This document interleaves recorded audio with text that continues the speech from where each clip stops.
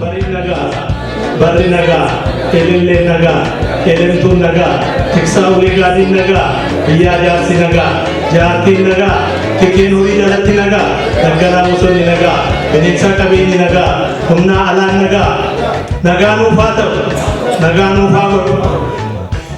Irrego takenya wakayo hato tons, irrego takenya mirgana gash. Kota Kenya desa cacabe wakayo bilisumana haija. Iga sani dangare bilisumana hada. Jifannora wakayo nagani sana hagash. Hayi. Wana jaman kisutana rabbinu ragam. Aura mata ibu rabbi sa dalomsi. Adamsi. Wakayo abban, wakayo ilmi, wakayo pura kurkulun. Oromo ta'ee Oromo irratti ka'ee diina dhiisee Oromoo diina godhatee nu gidduudha haballeera. Anillee seenaa guyyaa waraana bilisummaa Oromoo isinitti himuuf isin duran dhaabbanne maaliif hayyoonni hedduun yeroo dheeraa baroota dheeraadhaaf waan kana keessatti gadadoo garaagaraa argaa kan turan hedduutu nu keessa jira jechuudha. Isaanii kan dhiisa waa'ee seenaa guyyaa kanaa. Guyyaa waba'oo dhufeeffachuutiif qophiisan guyyaa kana hedduu dinqisiifadha. Utuu miseensonni waba'oo haala akkasii miidhagaa kana qopheessitanii hawaasa keenyaaf waamtanii ayyaaneffatan kana arganii hedduutti gammadu, hedduu isin jechu. Manneen keessa ta'anii qabsoo obbolaan keenya yeroo godhan nu haala akkasii keessattuu jirru akkamitti ribiyyuu nuuf dhala. Kanatti aansee namoota diina akka gaariitti deemu Oromoon illee maqaadhaan kadhata yeroo dheeraa dhagaa turre kan wareegama ilmi namaa kafaluudhaan silaamatu hundaa'uu kafalanii jireenya isaanii kan ijoollummaarraa jalqabanii waraana bilisummaa Oromootti dabalamanii gadadoo bara dheeraadhaa dabarsaa kan turan jaallan lama karaa dheeraa deemanii nu gidduutti argamanii jiranii isaanis asli Oromoo jechuun kan beekamtuu fi jaallanii gammachuudhaan nu gidduutti jiranii beeksaan sirnaasifadha.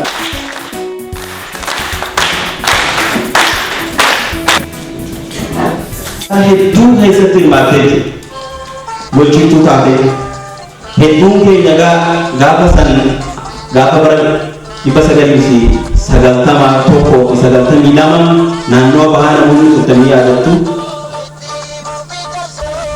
waraana asliitu naannoo kana yoo jira jaan wayyaa hin qarqara saliin baatu jechuudha.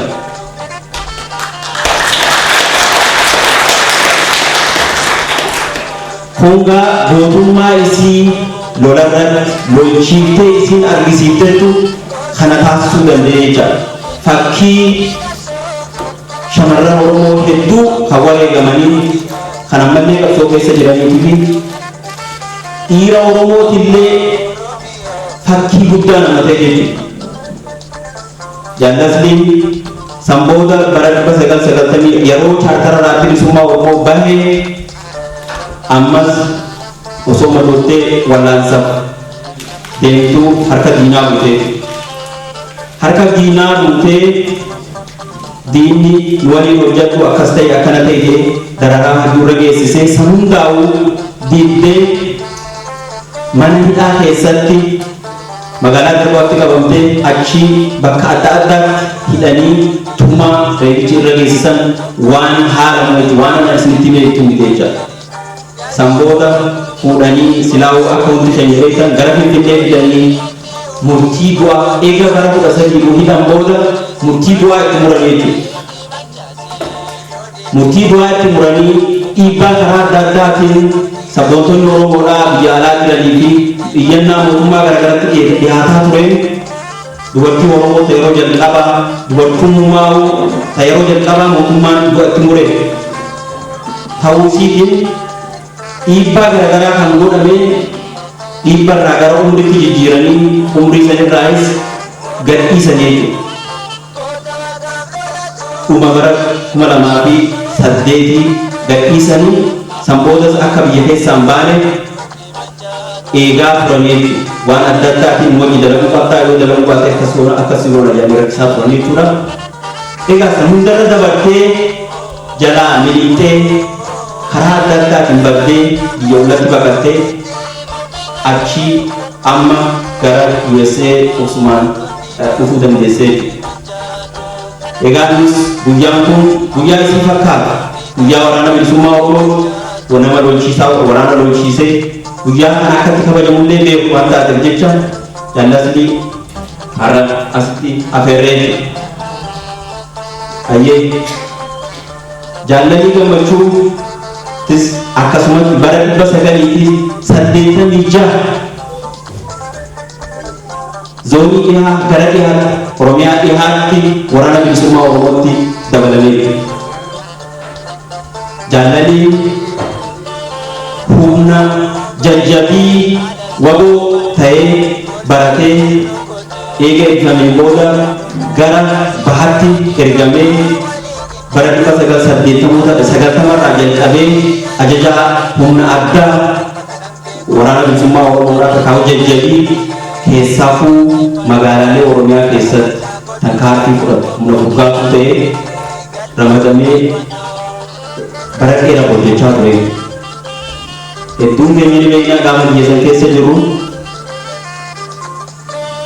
wayyaanota warreen uummata Oromoo hiraarsaa turan meeqa akka bakka itti godhan beektu warreen san nama ajajaa ture keessaa tokko Jaal Alii Gammachuu jechuudha.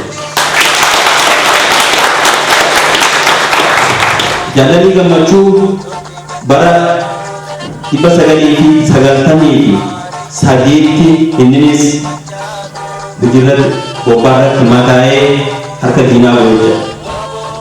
Jaal Aliin dararaa hammanan jaallu wayyaaneen manneen hidhaa garaagaraa keessatti eegarra geessifteen booda mana hidhaa dachii jalaa Harar geessanii bara 5 guyyaa tokko osoo akka hin argin madaasaa wallaan dhoowwatanii haga miilli isaa raamna'ee tortoree isaanuu nyaata kennuuf itti dhiyaachuun lagadanta ga'e jechuudha.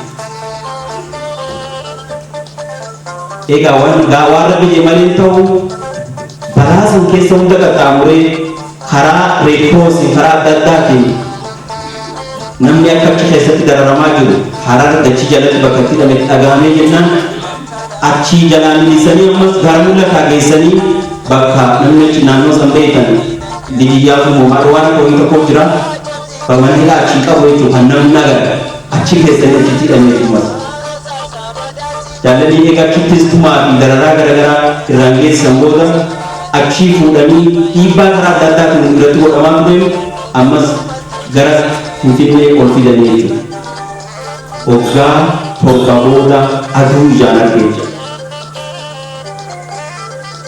Egaa akkuma Oromoo ta'u biraattis yakka tokko malee akkanumatti walitti qabanii ragaa dharaa itti fidaniituma waggaa torba mana hidhaa eega tureen booda akkanumatti balbala raabanii ni baatan jedhanii waradee keessanii. Egaa jaallan kun jireenya isaanii irra hedduu gadadoo balaa akkanaa kan keessatti dabarsanii har'allee immoo yoo nu taate nuti nama asii ta'e bosona Oromiyaatti deebi'uu warra jiru jechuudha.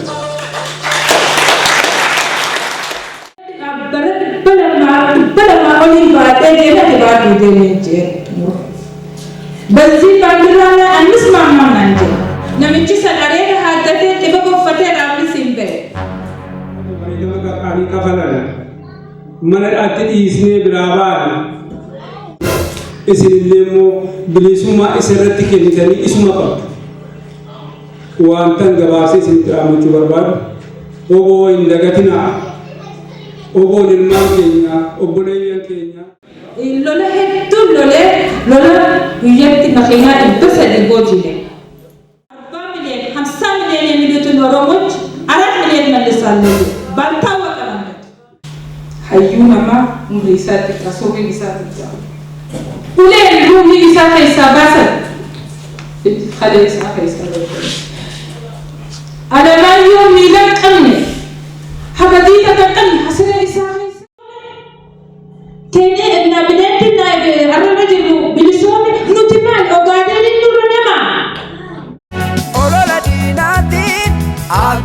kutatina olola gantuutiin haati kutatina jabaadha Oromoo waboo kenna wajjin dhimoona jabaadha Oromoo waboo kenna wajjin dhimoona